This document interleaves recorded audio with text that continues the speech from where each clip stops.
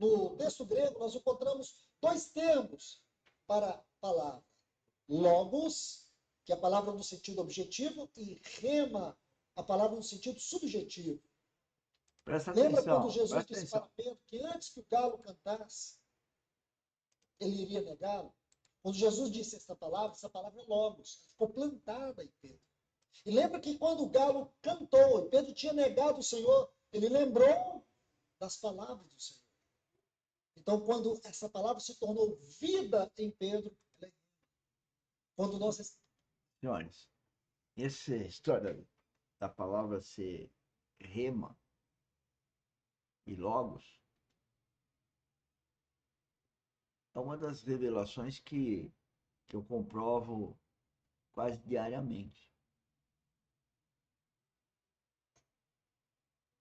Mas, a maioria das vezes, de uma forma triste, que me faz chorar. Que a gente obtém uma revelação, e a hora que eu tenho uma revelação, e eu prego, eu ministro, eu falo, eu escrevo ao outro, o outro devia de confirmar o entendimento, submeter o entendimento.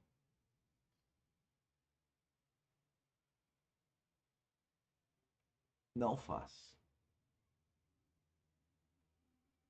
Por que que não o faz? Porque é a pessoa má?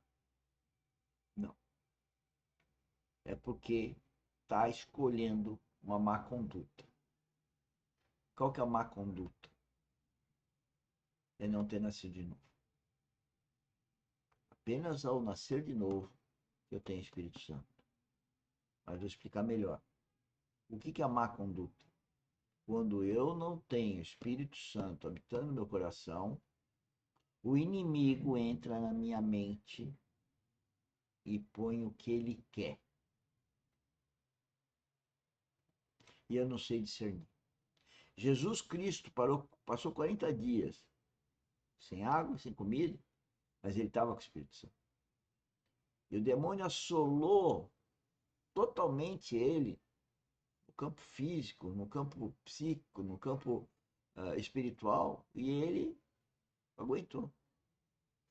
Apesar da debilidade orgânica dele como homem. O Filho de Deus, à medida que amadurece, tem um discernimento maior. Por isso que a vida espiritual é ascensional. E aí ele começa a perceber o inimigo falando na mente dele. Eu percebo isso. Tá andando, daqui a pouco vem uma ideia. Aí ele pega e põe aquilo na tua cabeça. E quantas vezes eu caí na cilada dele? E caio. Porque isso faz parte do processo do cristianismo. Se o próprio Deus provou o filho dele naquele deserto, então está respondido. Para quem testa o filho, que derá os filhos adotados, a partir do filho unigênito, que passa a ser primogênito. Então, quando eu escrevo, quando eu falo, o inimigo põe na cabeça da pessoa que ela entendeu. Então, se eu pergunto, ela vai entendi. Não entendeu nada. E às vezes eu falo, então repete. As pessoas ficam bravas. Por que elas ficam bravas? Por que elas não se submetem? Eu submeto, eu vou para uma reunião, o cliente começa a falar as coisas, eu falo, deixa eu ver se eu entendi. Olha, eu vou repetir, ver se eu entendi. E assim eu vou entendendo o que ele quer dizer. Eu, com a minha idade, especializado nesse assunto, 35 anos, me submeto ao cliente para entender as dores dele, os problemas dele, procurando me testar naquela conversa no sentido de me submeter ao entendimento. Por que que as pessoas que trabalham conosco, que são contratadas por nós, os parentes próximos, filhos, o cônjuge, eu falo cônjuge porque vale o homem para a mulher para o homem.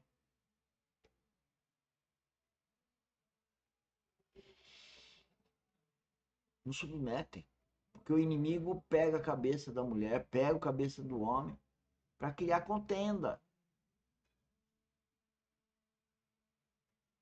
Tem pessoas que fazem perguntas, que a só pergunta é para criar uma contenda.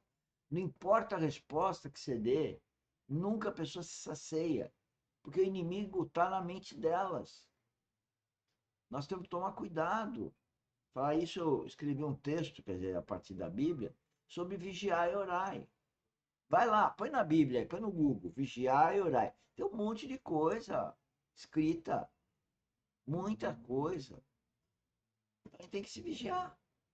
Agora, quem não tem Espírito Santo vai vigiar do quê? O eu dele fala mais forte. O inimigo entra no eu dele e comanda a vida dele para desgraça. Para a Recebemos a vida palavra no de inferno. Deus, seja na leitura, seja na mensagem. Ela é logos. Porém, quando ela começa a operar dentro de nós, ela é vivificante. Isto é, Eu não fechei a conversa. Então, eu falo a coisa, uma pessoa não ouve, uma pessoa não se submete, ela depois não vivifica.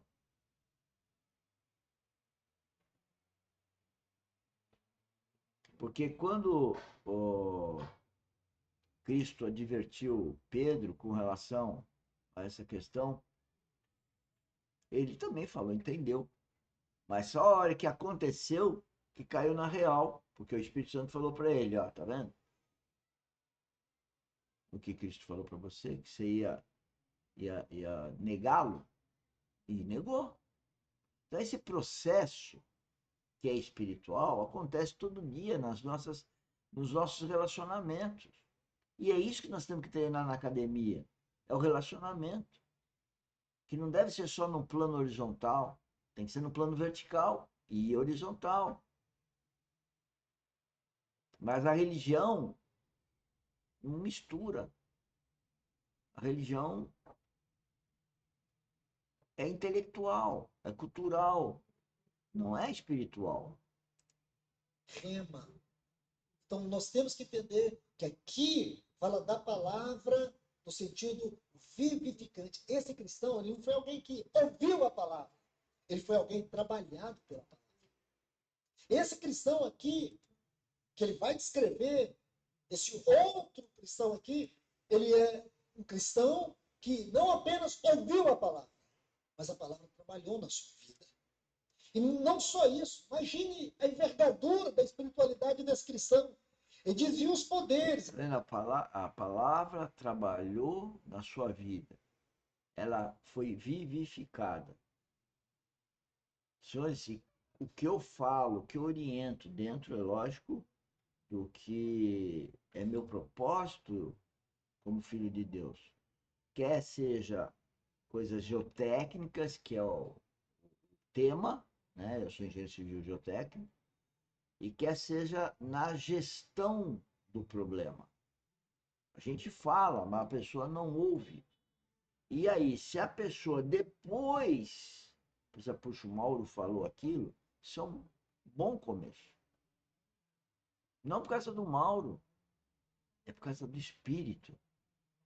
Porque isso é só, a palavra se tornou rema se você tem espírito. É o espírito que vai te dar a vida da palavra. A Bíblia é uma palavra, é um texto. Ele só vai ter vida em você se você tiver Espírito Santo. A academia é exatamente para divertir, a nós iniciarmos a vida espiritual e treinarmos a vida espiritual. Eu não tenho nenhuma dúvida que nós estamos fazendo aqui não é para dar glória a questões de fama da minha pessoa, ou dinheiro, ou sucesso no plano horizontal. Mas é a certeza de estar dando glória a Deus. E é isso que me interessa. Porque é a herança que eu vou ter no reinado de Cristo, que é o máximo. Por mais milhões que eu ganhe aqui, lá eu vou ganhar muito mais, mas infinitamente mais. Todo o poder que eu posso ter aqui, lá terei infinitamente mais. Toda a alegria que eu posso ter aqui no plano horizontal é efêmera em relação à alegria que eu vou ter com o amor de Cristo. Lá não vai ter sexo masculino e feminino. A alegria é alegria. A verdadeira alegria é ser irmão de Cristo e obedecê-lo. Tem tudo garantido. Um corpo glorificado. Então, as coisas que a Bíblia fala e nós, cristãos verdadeiros, temos que acreditar de coração. Não vou discutir com ninguém. E é isso que a gente está passando aqui. Ele não somente